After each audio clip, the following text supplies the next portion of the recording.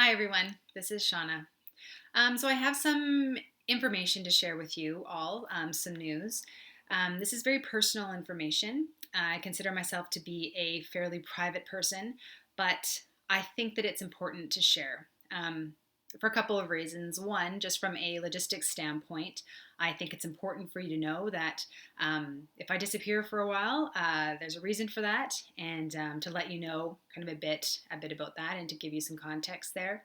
But also because I think that knowledge is power, or not only knowledge is power, but what we do with the knowledge that we receive and that we earn and that is shared with us, that is power. And so I hope that by sharing my experience, that perhaps it can be of help to you, or to someone that you love.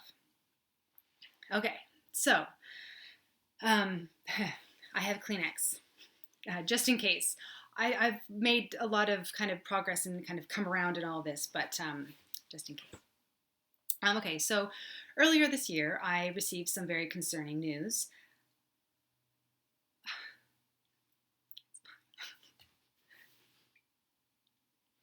It's fine. Just to be clear, it's fine. Anyways, I received some news that a mass was found in my uterus, and and so mass was found in my uterus, and that was a very scary day. Things have gotten considerably better since that day and receiving that information. So in the weeks that followed, I've had lots of tests and lots of blood work, and my information has been reviewed by cancer specialists, and it's good. So things are looking very good. So it looks like it's a fibroid. It's fantastic. It was concerning because of how quickly it grew and its size. So that was definitely concerning. But all signs point to fibroids. So that's great. So I'm very, very grateful that that's the deal. So yay. Well, not yay. I don't know if we're going to go with yay, but as far as kind of this kind of information and we're concerned. We're concerned. You know, when you're given that kind of feedback, it looks pretty positive in terms of all those kinds of things. So I'm going to be having a hysterectomy, and so they will remove. I will have my uterus, my cervix, and both of my tubes removed. This is very common surgery. It is the second most common surgery that women receive, next only to cesarean section births. I've never had a cesarean section, so I'm not physically familiar with kind of how some of this kind of process will go, but it is a very common surgery, and it is routine. It is considered major surgery. So, from what I understand, and from the research and from the feedback I've received, and all the very helpful advice that I've received, it's about a 6-week recovery process, and so there's going to be definitely a lot of healing and rehab that's going to be going on over the next little while. So again, when I disappear and when I'm not kind of out in the space and those kinds of things, this will be why. So again, I've received some really beautiful, wonderful, and practical, helpful, and supportive, advice and feedback. And I wanted to share something with you all that was shared with me. This is shared with permission, by the way. So this is from Carrie. Carrie is a nurse, and she worked in the women's health unit. And in addition to some very practical advice on the physical side of things, Carrie also shared something kind of more on the emotional side of things, which I thought was very important and poignant, and I wanted to share with you all. So she says, I think one of the biggest things I've noticed in women who have hysterectomies is the emotional reaction that happens, and it surprises a lot of people. Even when you don't have the hormone shift that comes with removal of ovaries, having your uterus taken from you is a big, big thing. There's often a sense of loss and an unsettling finality to it. Whether or not a woman's uterus has carried babies, or brought pain, or disappointment, or rage, or some suffering, we often have some of our identity tied to one of the puzzle pieces that make us biologically female. The uterus is one path to motherhood, the only path that a lot of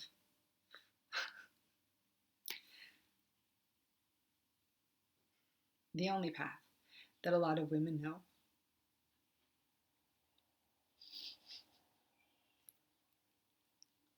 Sorry. So losing it tends to bring complicated emotions.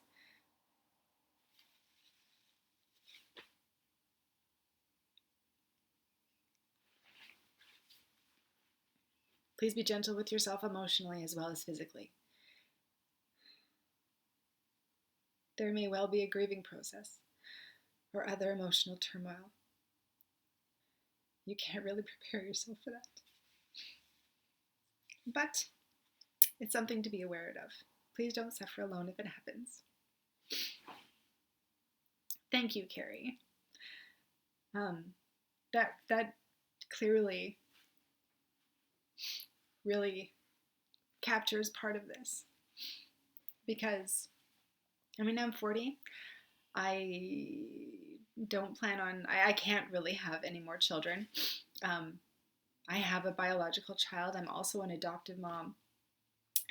It wasn't like the plan was to have necessarily more kids or to try to get pregnant. That's not the thing. It's just a really wild thing, to think that my uterus is going to be gone, That said, I can honestly say with utter honesty, and I'm not even trying to be super annoying right now, that I truly believe and feel like this has been one of the most amazing gifts I have ever experienced. It has been very scary, but as in terms of finding clarity, crystal clarity, very quickly, I have had more clarity and focus and sense of purpose in the last couple of months than what I've had in a long time. When I described that my world fell down, the first thing that came out of my mouth was, I have kids.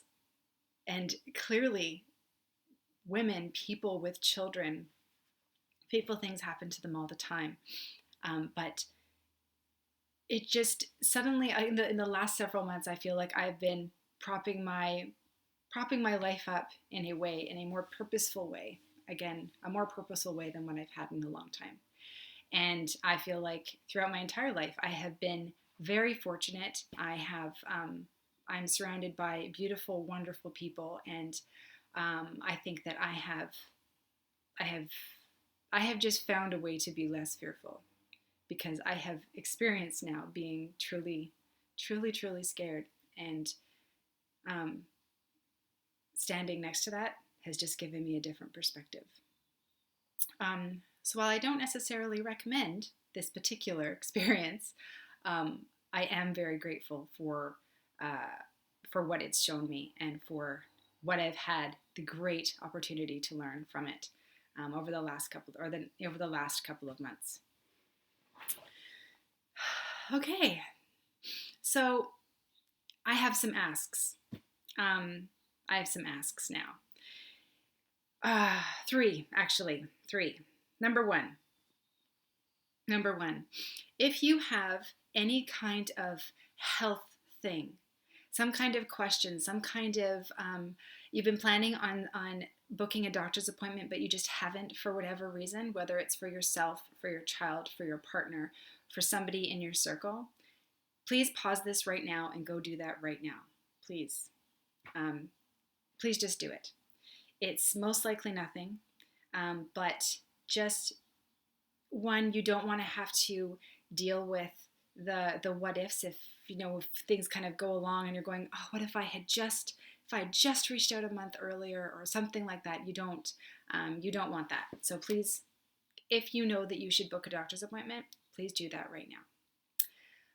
Number two, if you know someone who is going to have a hysterectomy, or hell, if they even have a uterus, apparently 60-70+ % women have hysterectomies. That's bonkers, like in their life. That's amazing to me. That's just, what? Why? Anyway, so they do. So reach out to them, talk to them, share information with them, share this video with them if you think it will help them. Yeah, it's big. There's a lot to process there, and it's a it's a big life change. It's a door that's closing, and just with any big transitions, um, it takes some processing, and we need support and we need help. They probably need frozen meals too. So yeah, please like reach out to them and just ask how they're doing. And my third ask is for the moms on Mumble. So there's a platform that I have. You can sign up via the link, and it's on mumble.com. And there's all kinds of women asking questions. Some of them are health questions. Some of them are about parenting and kids and marriage and all those kinds of things. And please go and support them, because we all have our things that we are trying to carry. And right now, for me, this is what I'm carrying. This is what I am carrying with the help and support of my family and my friends and my community, my tribe. And we all need a tribe, and we all need help, and we all need support. So please do that for each other. Okay, so thank you. As always, thank you for erring on the side of curiosity and kindness and empathy. And thank you for your continued support.